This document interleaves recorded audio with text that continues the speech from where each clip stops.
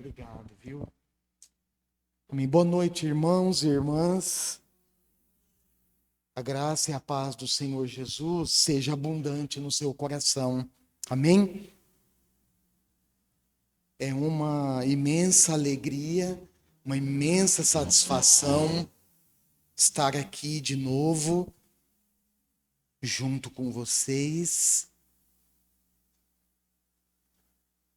em tempos que muitas pessoas estão assistindo o culto. Nós nos reunimos, irmãos, para prestar culto ao Senhor. Amém? Então é uma bênção estar aqui e entregar a Deus o que lhe é devido, o que ele merece, que é o nosso louvor, a nossa adoração, o nosso coração. O Senhor, ele é digno de receber o melhor da nossa vida, o melhor do nosso culto, das nossas expressões de louvor, de gratidão. Ele é digno, irmãos, ele é digno.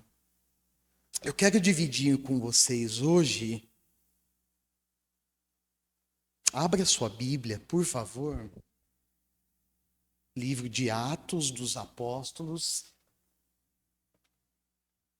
capítulo 13, verso 36. Essa semana é impressionante, porque uma vez perguntaram para o pastor, estou lembrando aqui, perguntaram para o pastor Luciano Subirá como surgiam os temas da pregação dele. E ele disse que esses temas surgiam principalmente quando ele estava em oração. E é impressionante quando eu não tenho conseguido, por conta de forças físicas mesmo, irmãos. Tem sido assim um tempo de muita luta, muito desgaste emocional e físico. E eu não tenho conseguido assim ser frequente no grupo de intercessão, renovando os outros, que é todos os dias às 5:30 da manhã. Mas é impressionante, irmãos, quando eu acesso, quando eu participo da oração com os irmãos, foi o caso essa semana. O Espírito Santo, ele traz alguns temas, algumas percepções que eu não confesso, eu não teria se não fosse por meio da oração. Como a oração, irmãos, é importante. E essa semana aconteceu isso. Na terça-feira eu estava orando junto com os irmãos e o Espírito Santo me trouxe essa percepção, cujo tema é esse que você está lendo aí, servindo ao propósito de Deus. E eu confesso para vocês outra coisa, que quando a gente olha para esse tema, servir ao propósito, essa palavra propósito, irmãos, eu quero explicar porque hoje eu vou fazer uma abordagem que eu considero uma abordagem simples. Porque quando a gente é relacionado ao tema, quando a gente lê essa palavra propósito, ela é uma palavra, e quando soma-se ali propósito de Deus, é algo assim que abre uma janela de percepções, de pensamentos, e que de fato nos conduz a um estudo bem apurado da palavra de Deus. Ou seja, propósito é uma palavra forte, cujo a origem da palavra vem do latim. É uma palavra que vem do latim, cujo significado é expor à vista, colocar à frente, proponere. Essa é a palavra no latim, proponere. Pro, aí você separa, pro de ponere. Pro tem um significado de frente, e ponere, colocar. Ou seja, quando une as duas coisas, significa colocar à frente. Então, assim, é um tema desafiador. Eu confesso, é um tema assim, abrangente.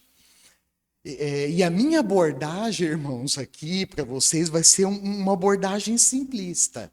Algumas coisas algumas percepções que eu fui desenvolvendo ao longo do sermão, ao longo do desenvolvimento, e eu quero dividir com vocês. Atos 13:36 está escrito assim. Eu vou fazer leitura na NVI, porém alguns textos que eu selecionei aqui na mensagem, eu vou fazer leitura na Nova Versão Transformadora. Mas esse único versículo na NVI, Atos 13:36.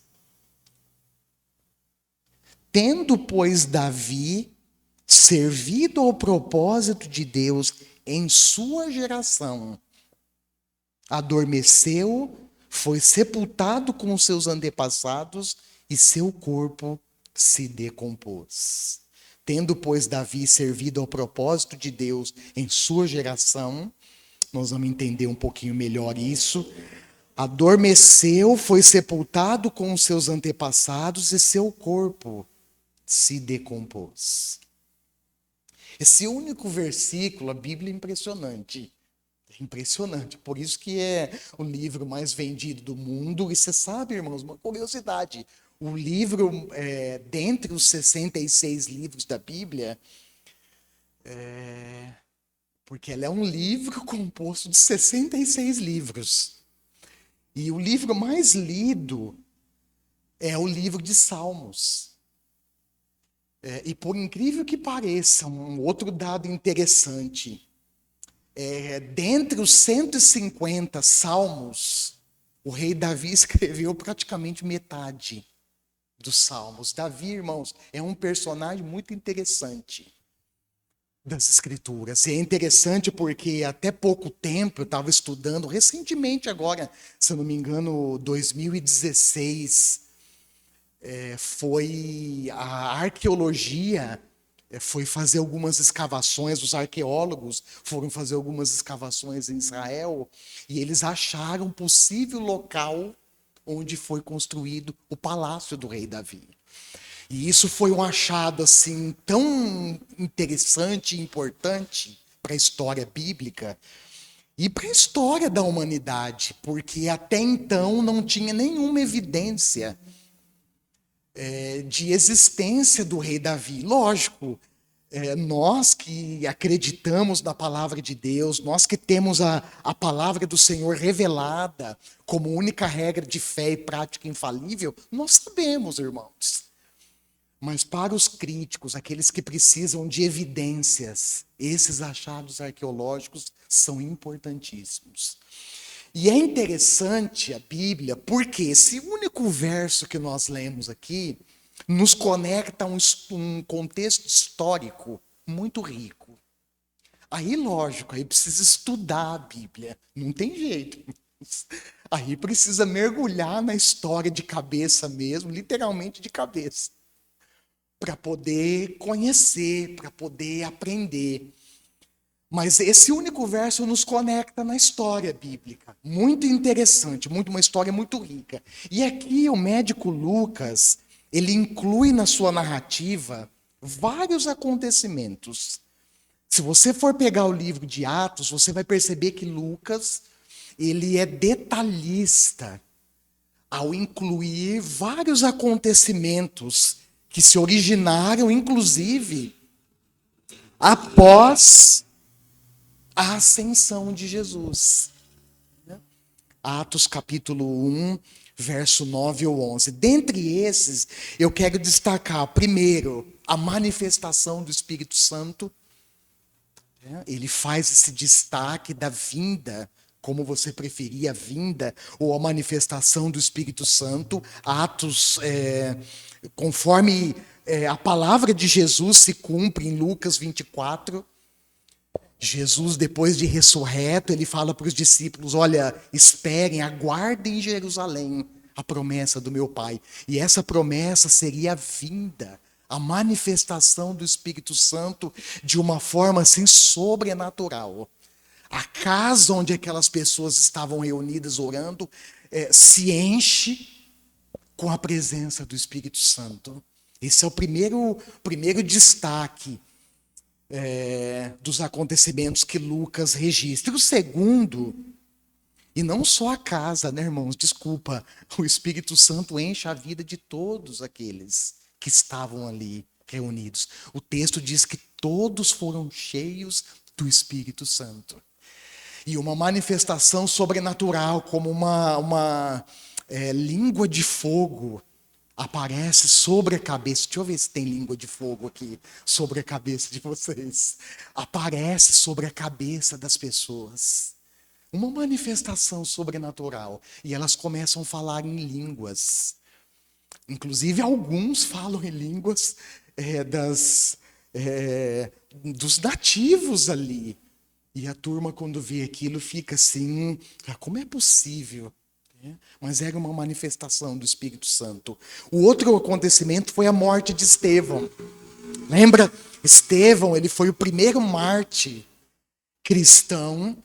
Lá em Atos capítulo 7 vai descrever que ele era um homem cheio da graça e do poder do Espírito Santo. E que ele realizava, o Espírito Santo por meio dele, realizava grandes maravilhas e sinais entre o povo. Inclusive, o texto diz, Lucas descreve lá, que após esse acontecimento desencadeou-se uma perseguição na igreja em Jerusalém. E todos, exceto os apóstolos, todos se dispersaram. E isso, irmãos, proporcionou no mundo da época uma grande oportunidade para que a igreja proclamasse o evangelho. E eu fiquei pensando, né, ali nas regiões da Judéia, Samaria, fiquei pensando, observando esse episódio bíblico, especificamente a questão aqui da perseguição, da morte de Estevão e a perseguição que se desencadeou após a sua morte, fiquei pensando o seguinte: será? Pensa junto comigo, bota a cachola para funcionar aí. Se não deixa ela enferrujar, não. Será que as oportunidades de anunciar o evangelho surgem e devem ser aproveitadas apenas em períodos de dificuldade? Ou é responsabilidade inerente à nossa missão? Jesus disse em Marcos, nós vimos aqui sexta-feira no estudo bíblico, no pré-discipulado, nós vimos aqui, Jesus disse em Marcos 16:15, após a sua ressurreição, ele reúne os 11 e diz: olha, vão pelo mundo todo, preguem o evangelho a todas as pessoas. Quem crer e for batizado será salvo, e quem não crer será condenado. Ou seja, irmãos, e dentre outros versículos, referência da Bíblia, referências bíblicas, nós percebemos que o anúncio do evangelho, presta atenção, é uma responsabilidade inerente à nossa missão. Nós precisamos, irmãos, falar de Jesus. Nós precisamos proclamar Cristo. Aonde nós estamos, todas as pessoas, a graça de Deus e o amor de Deus é impressionante.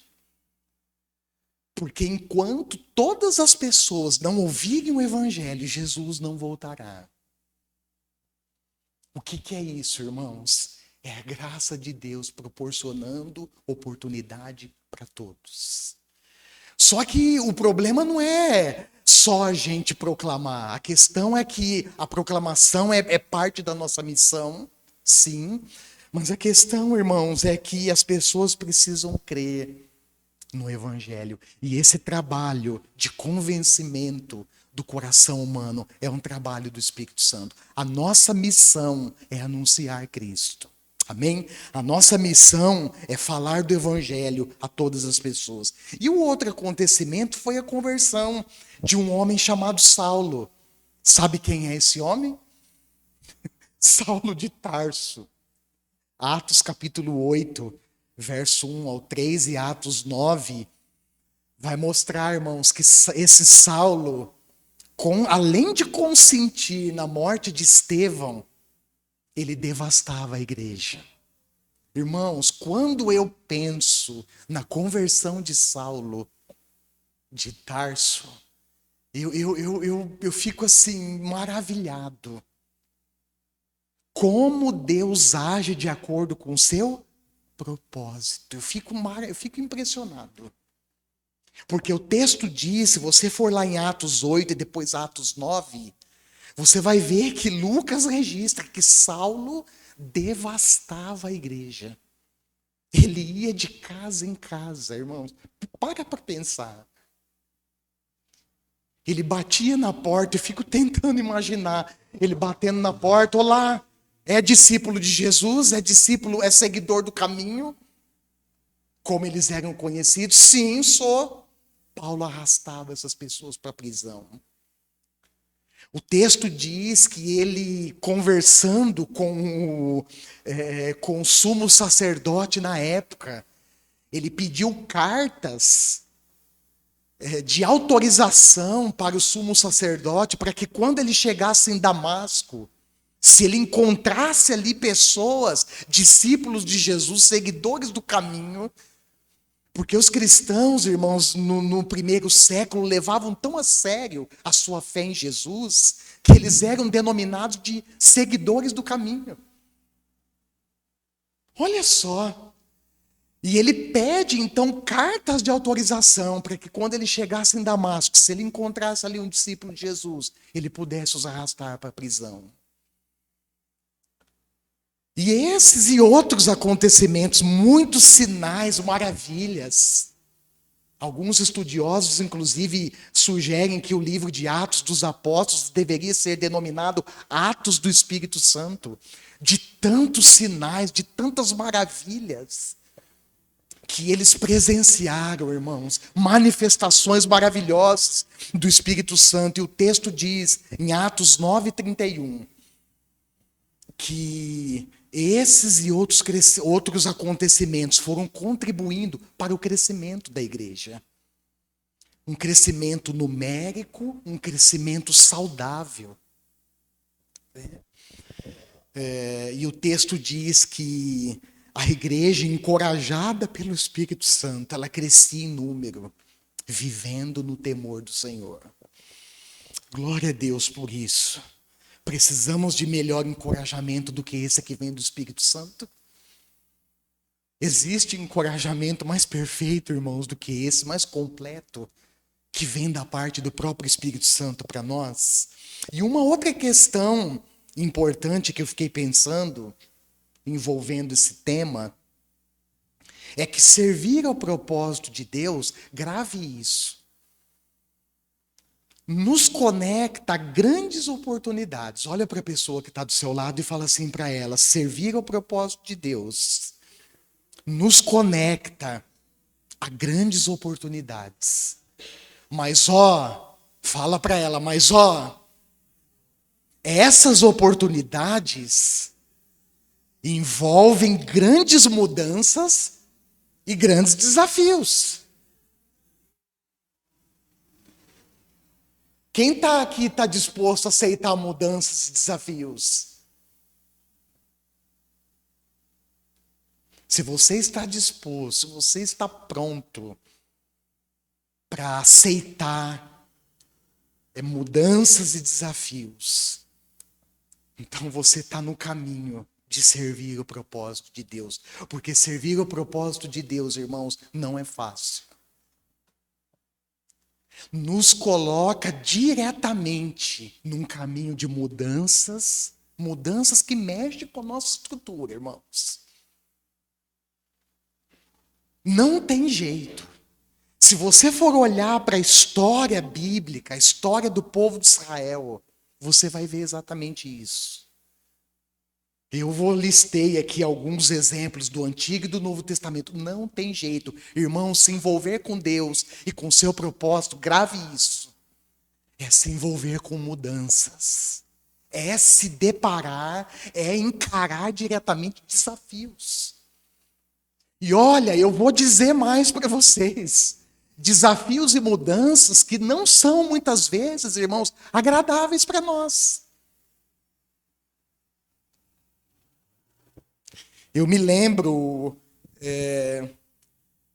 uma das coisas que eu me lembro quando a gente saiu, largou tudo para dizer sim para Deus e para esse ministério que eu não troco por nada nessa vida, irmãos. Essas semanas, conversando com um amigo, ele brincou e disse: Olha, pastor, é um amigo onde eu compro erva mate. Ele disse: Olha, eu fui perguntando, tirando algumas dúvidas. Ele foi respondendo. Ele falou: Daqui a pouco o senhor vai abrir uma lojinha de erva mate e vai ganhar dinheiro e ficar rico. Eu falei: Não, eu não troco a vocação que Deus me deu por nada nesse mundo. Por nada. Sabe por quê, irmão? É precioso demais. É singular demais, é único demais, não dá. E eu me lembro quando nós deixamos tudo para seguir a Cristo e engajar no ministério pastoral, a Patrícia, concursada, deixou o emprego público depois de 15 anos.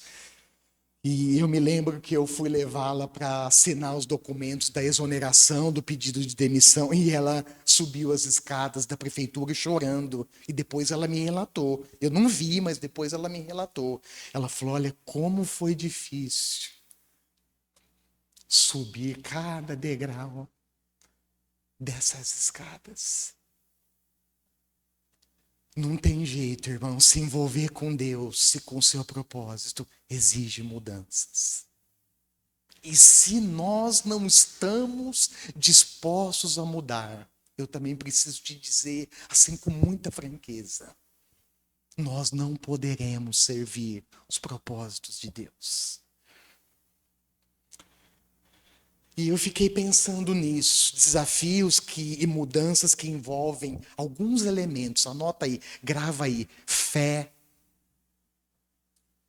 Para servir a Deus, irmãos, nós precisamos de fé. Por isso que fé é um dom que vem de Deus. Você acha que você e eu temos fé? É dom de Deus, irmãos. Mas nós precisamos de fé, nós precisamos de obediência. Pastor, eu sou mais ou menos obediente. Olha, querido, sinto muito. Não dá para ser mais ou menos obediente. Ou a gente é obediente ou a gente não é. Nós precisamos, irmãos, de coragem. Quem é corajoso e corajosa aqui? Levanta a mão. Nós precisamos de confiança. Quem é confiante aqui? Nós precisamos, irmãos, de fidelidade. Quem é fiel aqui? Todos nós, pastor. Amém.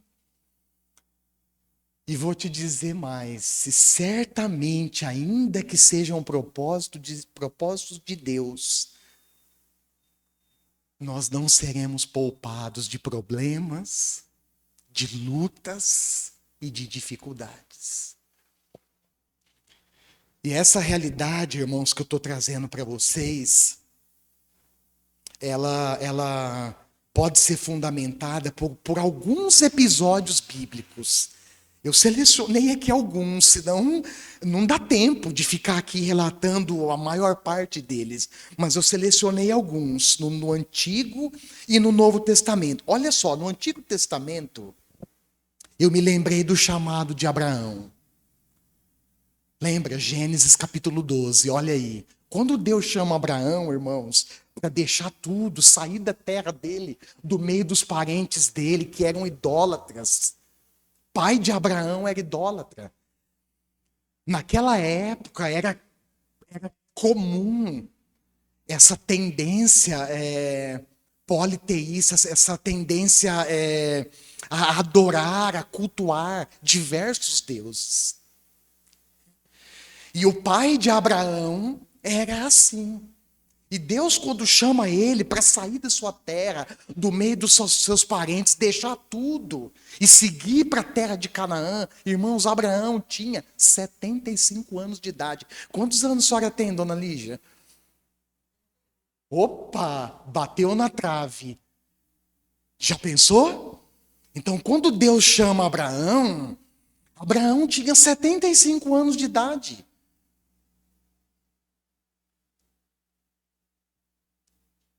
Imagina, irmãos, o desafio. Um homem, um senhor, né, de 75 anos, deixar tudo juntar os seus bens, peregrinar para uma terra que Abraão não conhecia. E nós já ouvimos aqui em um determinado momento, Deus não nos manda para lugares ideais, Deus nos manda para lugares reais. Onde nós, irmãos, encontraremos oposições, onde nós encontraremos dificuldades, lutas, adversidades, mas o texto diz que Abraão sai com Sarai, sua mulher, reúne os seus bens e sai a peregrinar com 75 anos. Imagina, irmãos, precisa de fé, não precisa? Precisa de coragem, não precisa? Olha só, e Deus depois diz para ele: olha, Abraão, essa terra para a qual vocês estão indo, eu vou dar aos seus descendentes. É a terra de Canaã, terra boa que mana leite e mel. Outro exemplo do Antigo Testamento, Moisés. Como não citar Moisés? Cujo propósito, irmãos, Moisés foi escolhido para quê, pastor? Ele foi escolhido para tirar o povo de Israel, nada mais, nada menos do que isso, de tirar o povo de Israel do Egito. Quanto tempo o povo ficou lá, irmãos? Êxodo capítulo 3, ele se aproxima de uma sarça que pegava fogo, mas não se consumia, lembra? E ele olha aquilo, muito curioso, lógico. A sarça era um arbusto, um arbusto de pequeno porte, é uma árvore específica daquela terra, daquele lugar.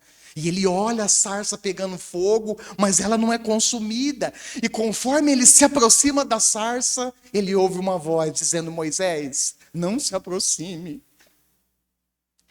A terra, o lugar que você está, é um lugar santo. Sabe por quê? Porque a presença de Deus estava ali. E onde a presença de Deus está, irmãos, não esqueça disso. O ambiente é santificado. O ambiente, irmãos, não é santificado por causa da sua vida e da minha vida, mas é santificado por causa da presença divina de Deus que está ali. E Deus chama ele: Moisés, olha, e é interessante porque no diálogo com Deus, Moisés fala: Senhor, quem sou eu? Senhor, quem sou? O que eu falarei para esse povo? E Deus diz para ele: olha, eu estarei contigo. Não tem resposta melhor do que essa, irmãos. É como se Deus falasse para ele: Moisés, sossega, eu te chamei, calma aí, eu sou contigo. Eu te guiarei, eu te fortalecerei. Irmãos, isso é uma grande lição para mim. Uma grande lição para nós, porque quando Deus nos chama e nos conecta ao propósito dele, muitas vezes a nossa mentalidade é medíocre. Eu já disse aqui, eu não tenho vergonha de dizer, Deus me curou de um complexo de inferioridade que me aprisionava. E quantas vezes, irmãos, Deus nos chama para viver o propósito dele e a nossa mentalidade é pequena, é medíocre, nós nos sentimos limitados. Mas não esquece uma coisa: aquele que te chamou é fiel para te guiar e te conduzir. Aquele que te chamou vai te sustentar. Eu não sei o que falar, o Espírito Santo vai colocar as palavras exatas na sua boca. E o que falar dos profetas, irmãos? Homens que ao longo da história foram levantados por Deus. Amós, por exemplo, estou lembrando dele aqui agora, era um criador de gado. E Deus chama ele, homens que Deus tirou do próprio contexto. E o que falar de Davi? Que foi tirado das pastagens, cuidava das ovelhas do seu pai. Homens que foram levantados por Deus, irmãos, para instruir uma nação. Tem noção disso? Uma nação que no contexto dos profetas estava dividida. Vocês sabem da história, após a morte do rei Salomão, Israel se dividiu em 2 reinos, reino do norte e reino do sul. Reino do norte com 10 tribos, reino do sul com 2 apenas, Benjamim e Judá.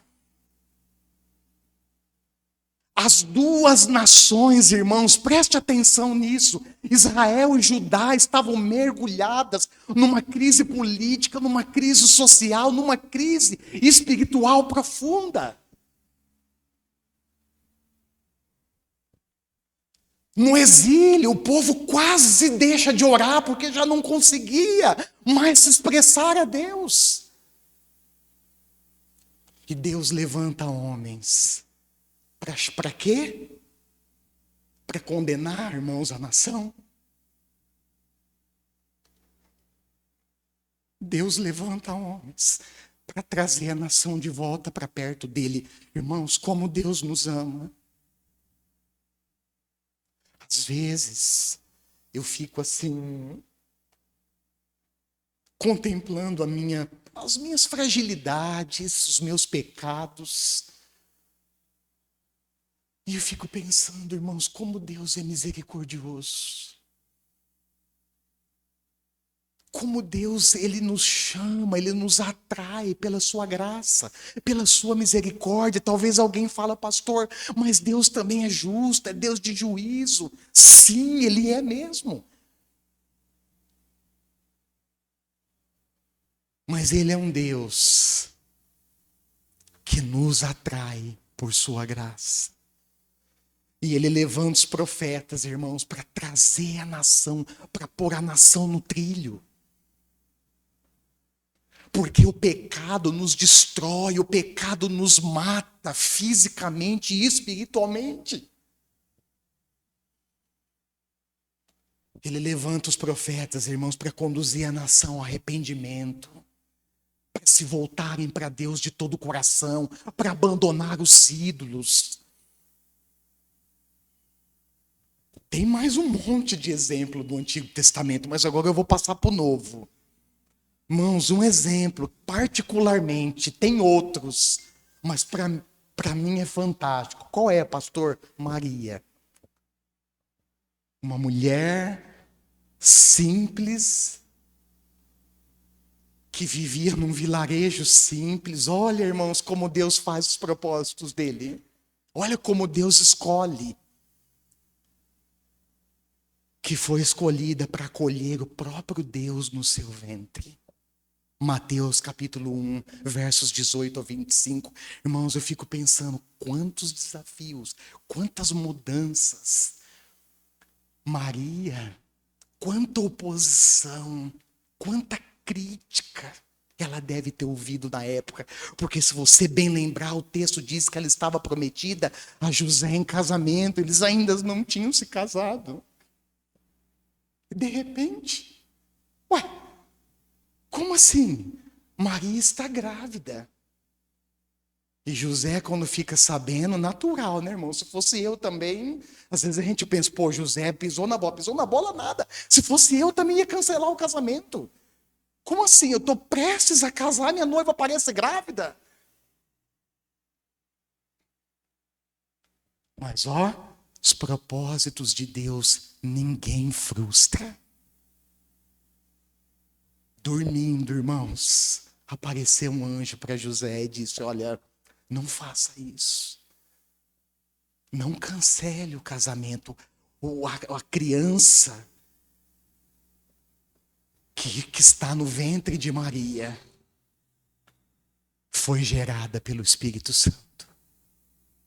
É obra de Deus, sossega, José. Mas eu fico pensando, irmãos, quantos desafios Maria enfrentou a partir disso. Quantas mudanças na vida dela. Quer ver? Os próprios apóstolos, outro exemplo do Novo Testamento, o livro de Atos, você quer ver quanta referência? Atos 5, 17, Atos 6, 8 ao 15. Atos 8, 1 ao 3, Atos 12, Atos 16. Olha quantas referências, irmãos, dos próprios apóstolos, que foram designados por Deus para cumprir o propósito dele e que enfrentaram lutas, que enfrentaram perseguições, foram encarcerados, foram apedrejados. Paulo foi açoitado, levou uma surra na praça. Quantas lutas, irmãos! Quanta perseguição! Tá vendo? Eu disse no começo. Servir o propósito de Deus, irmãos, não é fácil. É um privilégio, mas nos conecta a um caminho de desafios, de mudanças. Inclusive, olha só, para fechar essa parte dos exemplos, eu guardei o clímax para o final aqui, né? Guardei a excelente parte aqui para o final. A maior prova dessa realidade, irmãos, foi a vinda, o desenvolvimento e o cumprimento do ministério de quem? Jesus, o próprio Deus encarnado. Para pensar que deixou o seu trono. Paulo, lá em Filipenses capítulo 2, a partir do verso 5, ele diz, olha, seja a atitude de vocês. Está escrevendo, ele está preso e está escrevendo para os irmãos lá de Filipos e está falando assim, olha, seja a atitude de vocês a mesma de Cristo. Que não considerou ser igual a Deus, antes ele se esvazia de si mesmo e assume a forma humana. Deus, irmãos, para pensar, ele deixou o seu trono de glória e veio para assumir a nossa carnalidade, veio para assumir a nossa realidade falida. E quando a gente olha para a vida de Jesus, vai lá nos evangelhos. Quando a gente olha para o desenvolvimento, para o ministério dele, o que os registros apontam, irmãos? Perseguição, hostilidade, rejeição. O texto diz que os seus próprios irmãos da linhagem humana não acreditavam nele.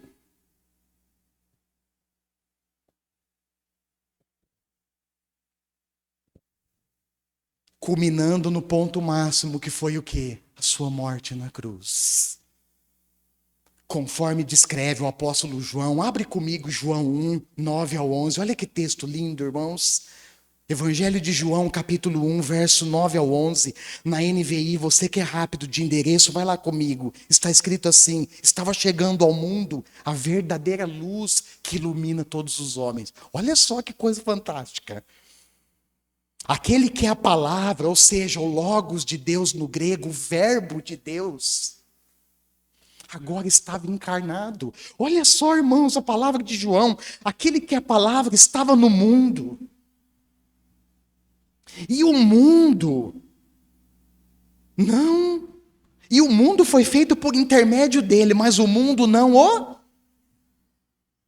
o reconheceu.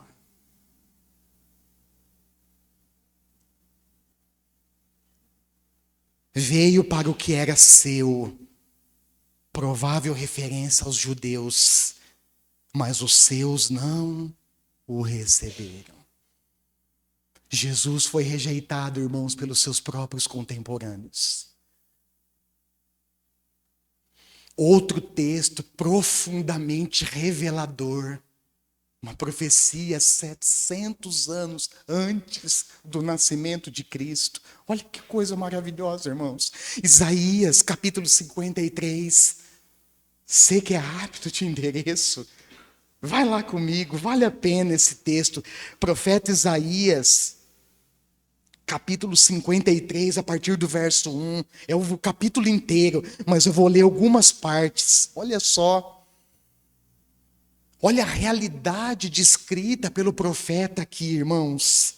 Quem creu em nossa mensagem e a quem foi revelado o braço do Senhor, ele cresceu diante dele como um broto tenro e como uma raiz saída de uma terra seca.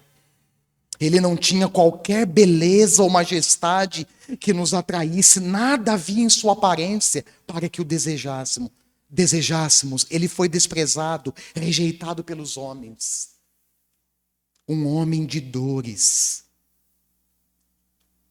e experimentado no sofrimento, como alguém de quem os homens escondem o rosto, ele foi desprezado. E nós não o tínhamos em estima. Certamente, ele tomou sobre si as nossas enfermidades e sobre si levou as nossas doenças. Contudo, nós o consideramos castigado por Deus atingido e afligido, mas ele foi transpassado por causa das nossas transgressões, foi esmagado por causa das nossas iniquidades. O castigo que nos trouxe paz estava sobre ele, e pelas suas feridas fomos sarados. Todos nós, tal qual ovelhas, nos desviamos, cada um de nós se voltou para o seu próprio caminho, e o Senhor fez cair sobre ele a iniquidade de todos nós. Ele foi oprimido e afligido, e contudo não abriu a sua boca.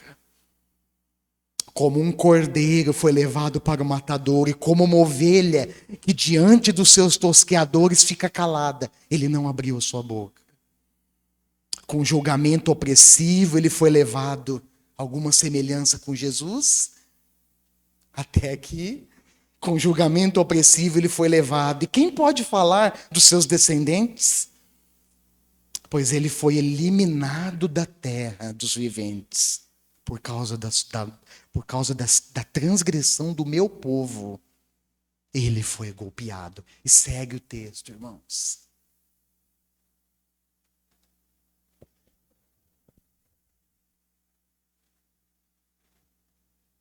Isaías é conhecido como profeta messiânico, justamente por causa desses textos, irmãos, que aponta diretamente para quem?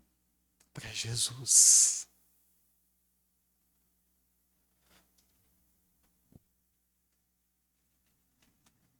Mas vamos voltar um pouquinho para o personagem aqui citado pelo apóstolo Paulo.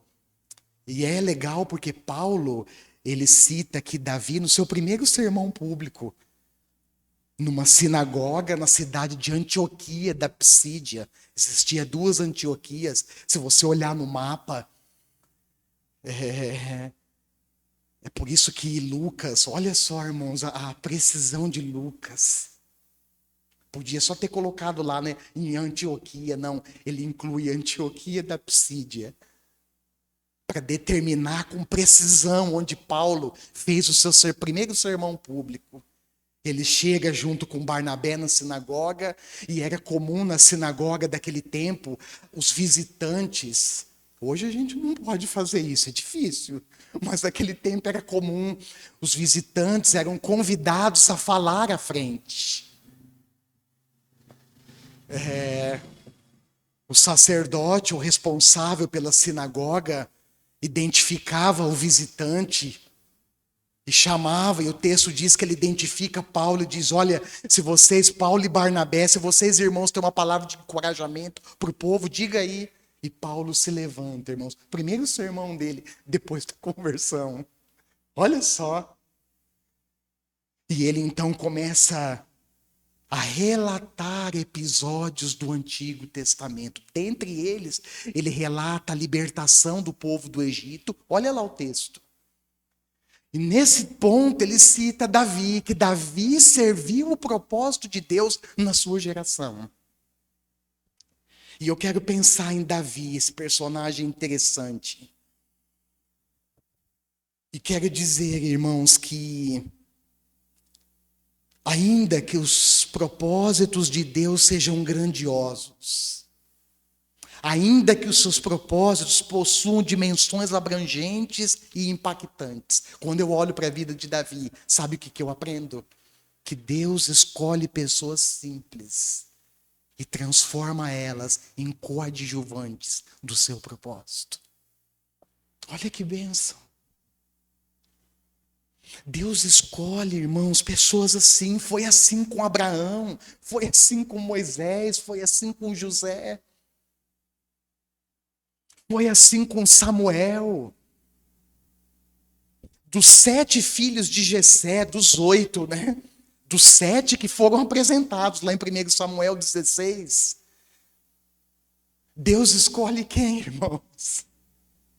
Davi. Era o caçula. Estava cuidando das ovelhas no pasto. E Deus fala: Samuel, manda chamar, é ele. É esse. Ele que eu escolhi para ser o novo rei de Israel. Irmãos, Deus nos chamou e Ele nos chama dentro do nosso contexto. Mas o que eu e você precisamos entender é que a partir desse chamado, nós somos inseridos no propósito de Deus, e isso significa que a nossa vida precisa mudar, que a nossa mente precisa ser transformada, que nós precisamos deixar muitas vezes o nosso conforto, o nosso comodismo para trás. Não tem jeito, envolve mudanças. Não tem jeito, mexe com a nossa estrutura. E no versículo 22 de Atos 13, olha aí junto comigo.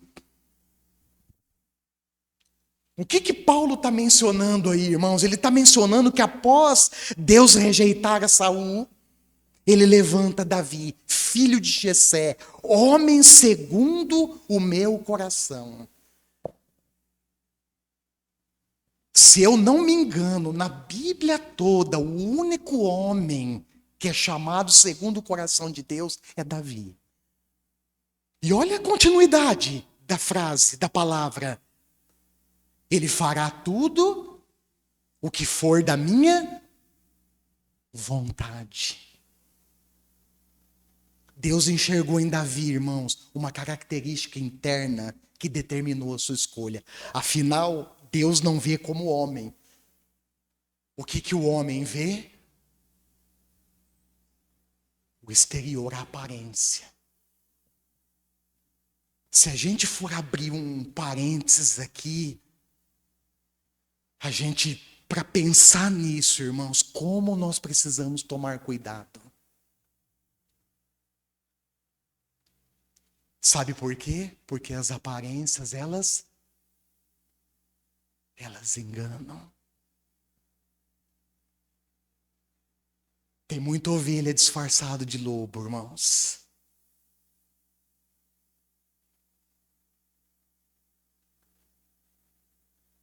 Cuidado.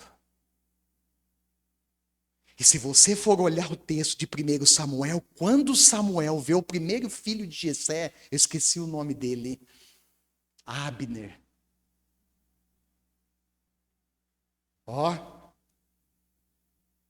Os padrões da época, Abner, é isso mesmo? Não? Qual que é? Eu esqueci. É só lá em 1 Samuel 16. Olha lá. Vem o primeiro filho. Como que é o nome dele? Eliabe. Olha lá, 1 Samuel, capítulo 16, verso 6. Quando chegaram, Samuel viu Eliabe e pensou, com certeza, é esse que o Senhor quer ungir. Porque Abner era de boa, ou Eliabe era de boa aparência. Olha o profeta, irmãos. Já se deixando levar pela aparência. E Deus diz, não, Samuel, não se atente à sua aparência. Não é esse. E veio vindo um por um.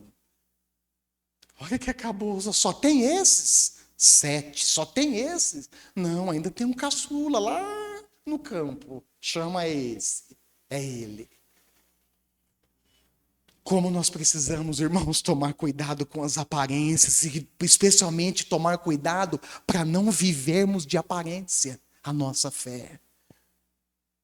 Porque Deus não vê a aparência, Deus vê o nosso.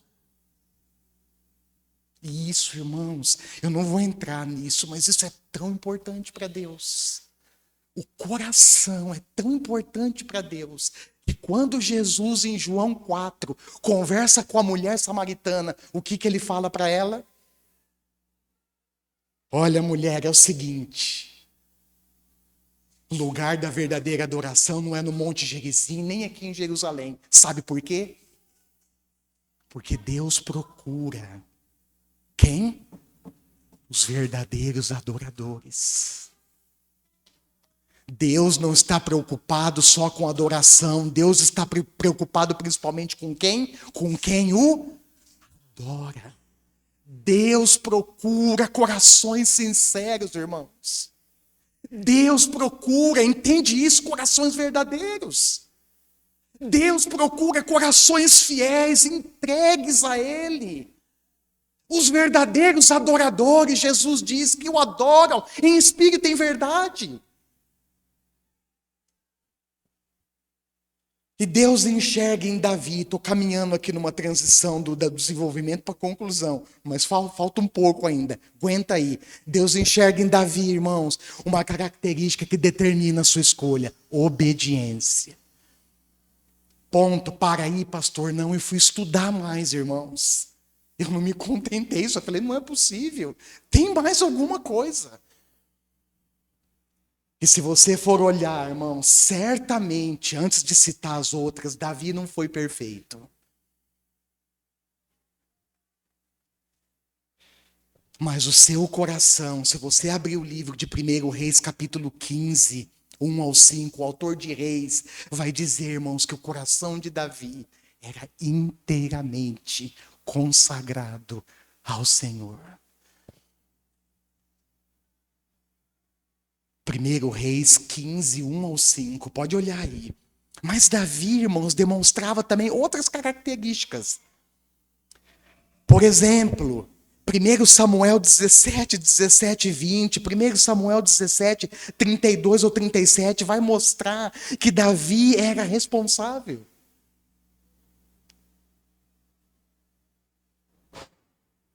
Que Davi, irmãos, era corajoso.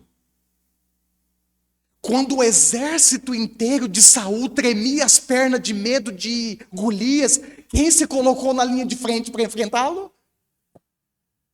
O caçula, que estava lá no campo, cuidando das ovelhas do seu pai. O texto diz, irmãos, que Saul e os seus guerreiros tremiam de medo de Golias. E Davi se levanta e diz, quem é esse incircunciso? Para enfrentar o exército do Deus vivo. Davi era corajoso, irmãos. Davi era confiante. Quando ele vai lutar com Golias, ele diz, olha, você vem contra mim com espada, com escudo, mas eu vou contra você em nome de quem? Do Senhor dos Exércitos. Tem arma mais poderosa do que essa? Mas tem um texto, irmãos, das Escrituras que mostra, que revela, é como se fizesse uma dissecação, é como se dissecasse o coração de Davi. É como se abrisse o coração dele e ele revelasse o que está lá dentro. Olha, isso é impressionante. Olha o Salmo 27, versículo 4. Olha a declaração que Davi faz, irmãos. Ele diz assim, agora na NVT, na nova versão transformadora, a única coisa que eu peço ao Senhor. O que você tem pedido, Senhor, ultimamente? Cheio de gente pedindo carro novo, casa nova, um emprego estável, ó, sussu, só de boa. Olha o que Davi pede, a única coisa que eu peço, Senhor, o meu maior desejo, olha só, irmãos, é morar na casa do Senhor todos os dias da minha vida. A gente vem na igreja uma vez por semana e acha que está abafando. Uma coisa eu peço, uma coisa eu desejo.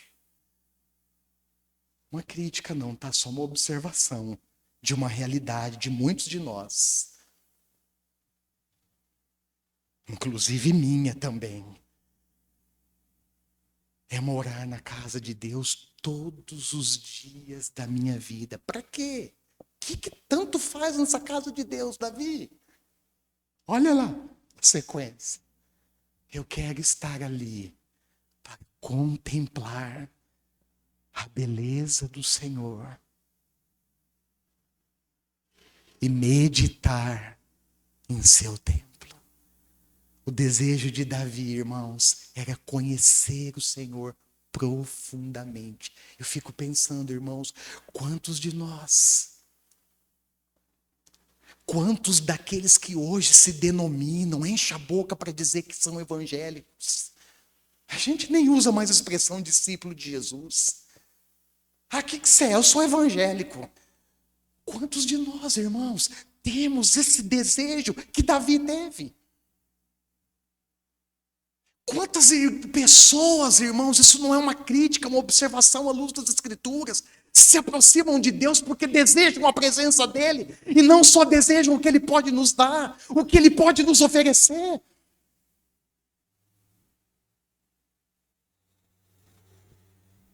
Quantos de nós, irmãos, dormimos e acordamos pensando no Senhor?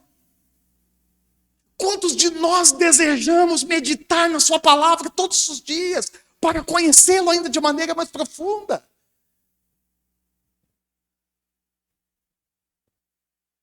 O seu maior desejo era desfrutar de um relacionamento permanente com Deus.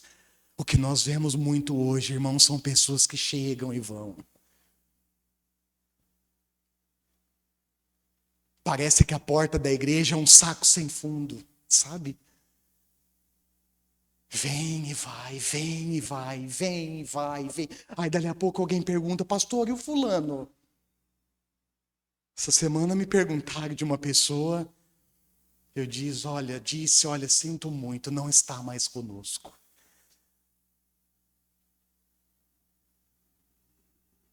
Infelizmente, irmãos, essa tem sido uma realidade do povo de Deus. Ora nós estamos com Jesus, ora nós não estamos mais. Ora nós temos compromisso com a igreja dele. Ora a igreja para a gente é um lugar de passeio.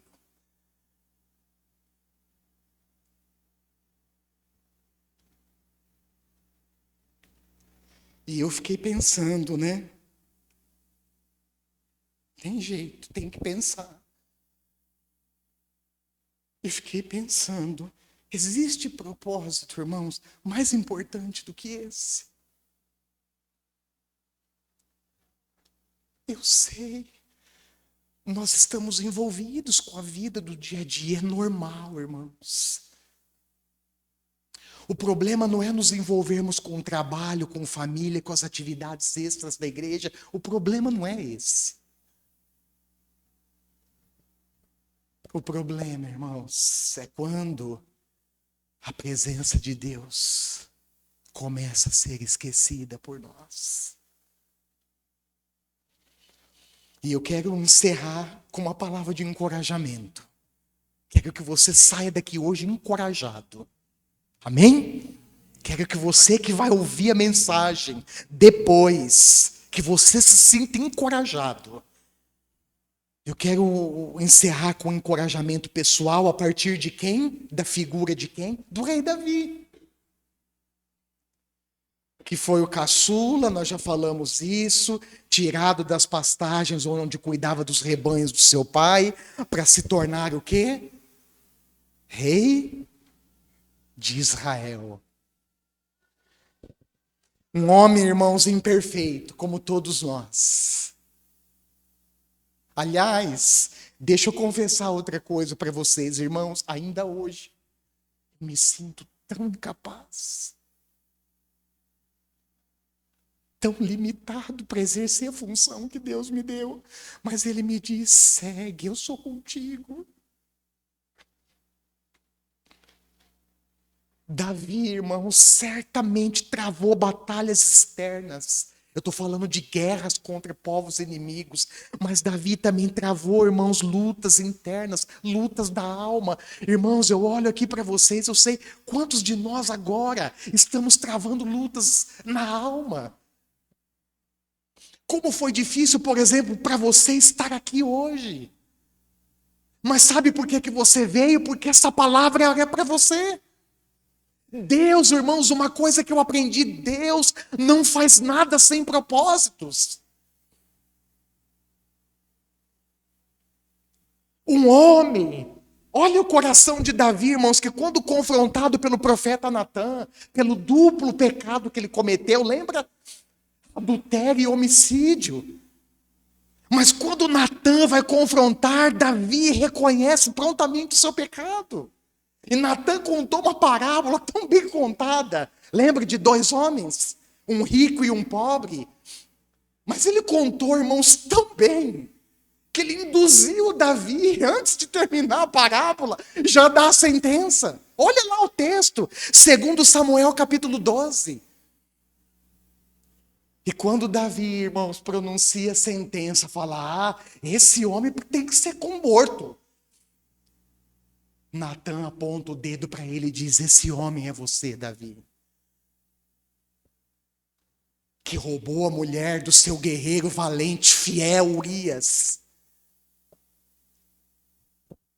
E ainda matou o cara, colocando ele na linha de frente, na luta contra os amalequitas. Mas Davi reconhece, irmãos, o seu pecado. Um homem que quando escreveu o Salmo 51, depois você pode olhar com calma o Salmo 51 na sua casa, ele demonstra um coração, irmãos, verdadeiramente arrependido diante de Deus. Olha o que ele declara nos versículos 10 a 12, eu selecionei só alguns. Olha a declaração dele, cria em mim, ó Deus, um coração puro. Na NVT de novo. Renova dentro de mim um espírito firme. Não me expulses da sua presença, não me retires de mim o teu Santo Espírito. Restaura em mim a alegria da tua salvação. E olha o fechamento. Torna-me disposto. E torna-me disposto a te obedecer. Olha só, irmãos. O grande temor de Davi, revelado nesses versos, sabe o que é? É ficar longe de Deus. É perder a presença do Espírito Santo, que como seu predecessor Saul perdeu por ter desobedecido a Deus. Lembra? 1 Samuel capítulo 16. Irmãos, através da experiência de Davi, nós somos ensinados como Deus é misericordioso. Como Ele nos escolhe para fazer parte dos seus propósitos. Isso é maravilhoso. Dá um aleluia aí.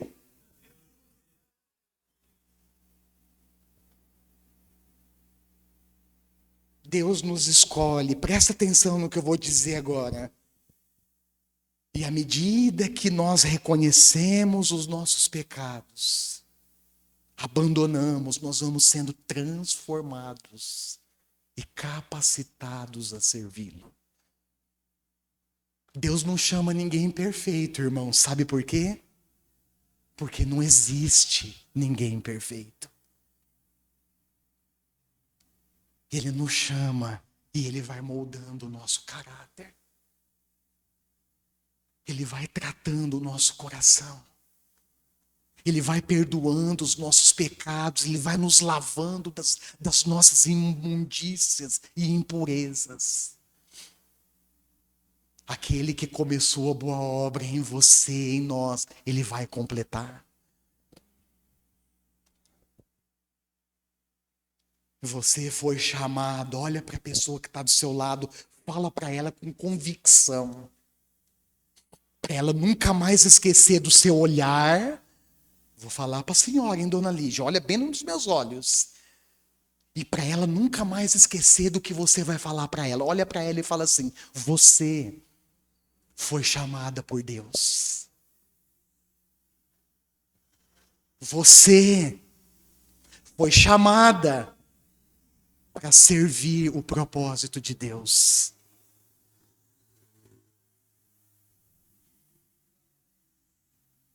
Feche os seus olhos por um instante. Não dá para ouvir tudo isso, né, irmãos, e ficar sem responder para Deus. Fala sério, não dá. Mas eu sei, irmãos, que a nossa resposta precisa ser uma resposta de fé, mas fé consciente. Não adianta falar para Deus da boca para fora. Não é isso que Deus espera de nós. Mas Ele deseja, Ele espera que a gente responda com fé e também com consciência. E também com responsabilidade. Você foi chamado por Deus para servir ao seu propósito. Fala com Deus agora. Responde, simplesmente, se você puder, com consciência, com responsabilidade, responda, diga: Senhor, o Senhor me chamou, eu sei disso, eu tenho convicção disso, ainda que talvez eu esteja num emaranhado de confusão, de dúvidas, eu sei,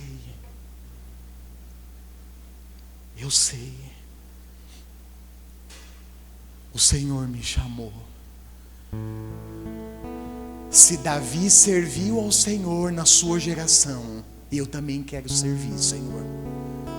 Consciente, atento, responsável, corajoso, fiel, confiante. Senhor, ajuda-nos, ajuda-nos. Como eu disse aqui, pensar em propósito do Senhor é pensar em questões reais.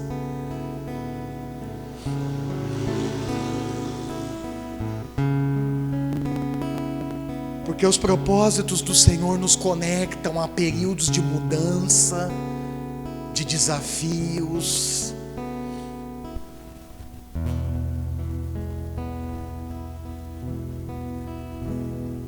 E eu confesso, Senhor, até para mudar, nós precisamos da sua ajuda.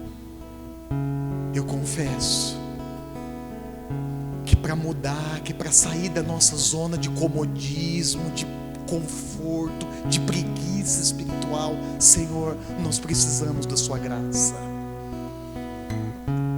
Ajuda-nos, ajuda-nos até o ponto, Senhor, até o ponto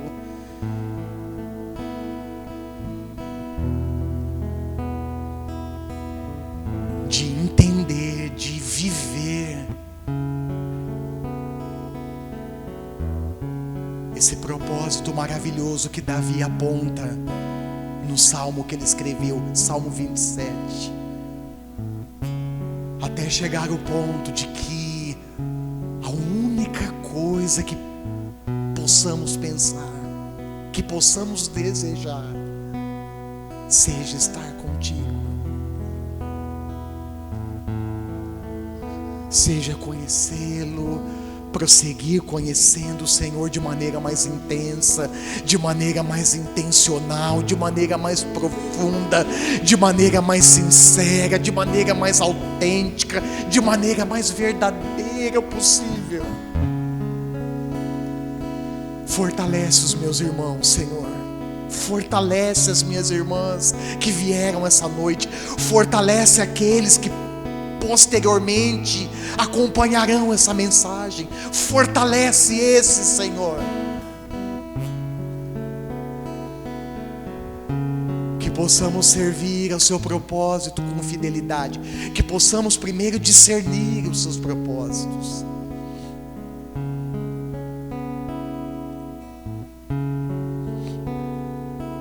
e ao discernir possamos entregar o nosso coração, assumir uma postura de fé, de mudança, de responsabilidade, de obediência, de compromisso, Senhor, de fidelidade.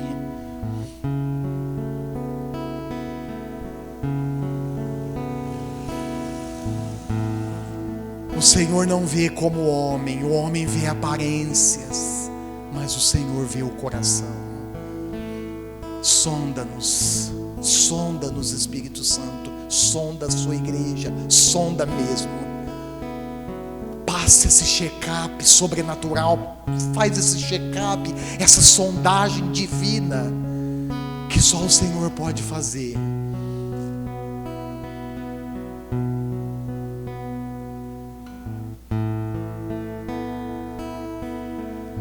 E se nós temos falhado, se nós temos fraquejado, ajuda-nos, fortalece a nossa fé, Se temos, hora ou outra, nos distanciado do seu propósito, temos seguido caminhos alternativos, traga-nos de volta para o caminho que a tua palavra aponta. Traga-nos de volta. Que a sua graça, Senhor, seja sobre nós. Que possamos servir ao propósito do Senhor nesta geração. Muito obrigado por nos chamar, muito obrigado por nos escolher.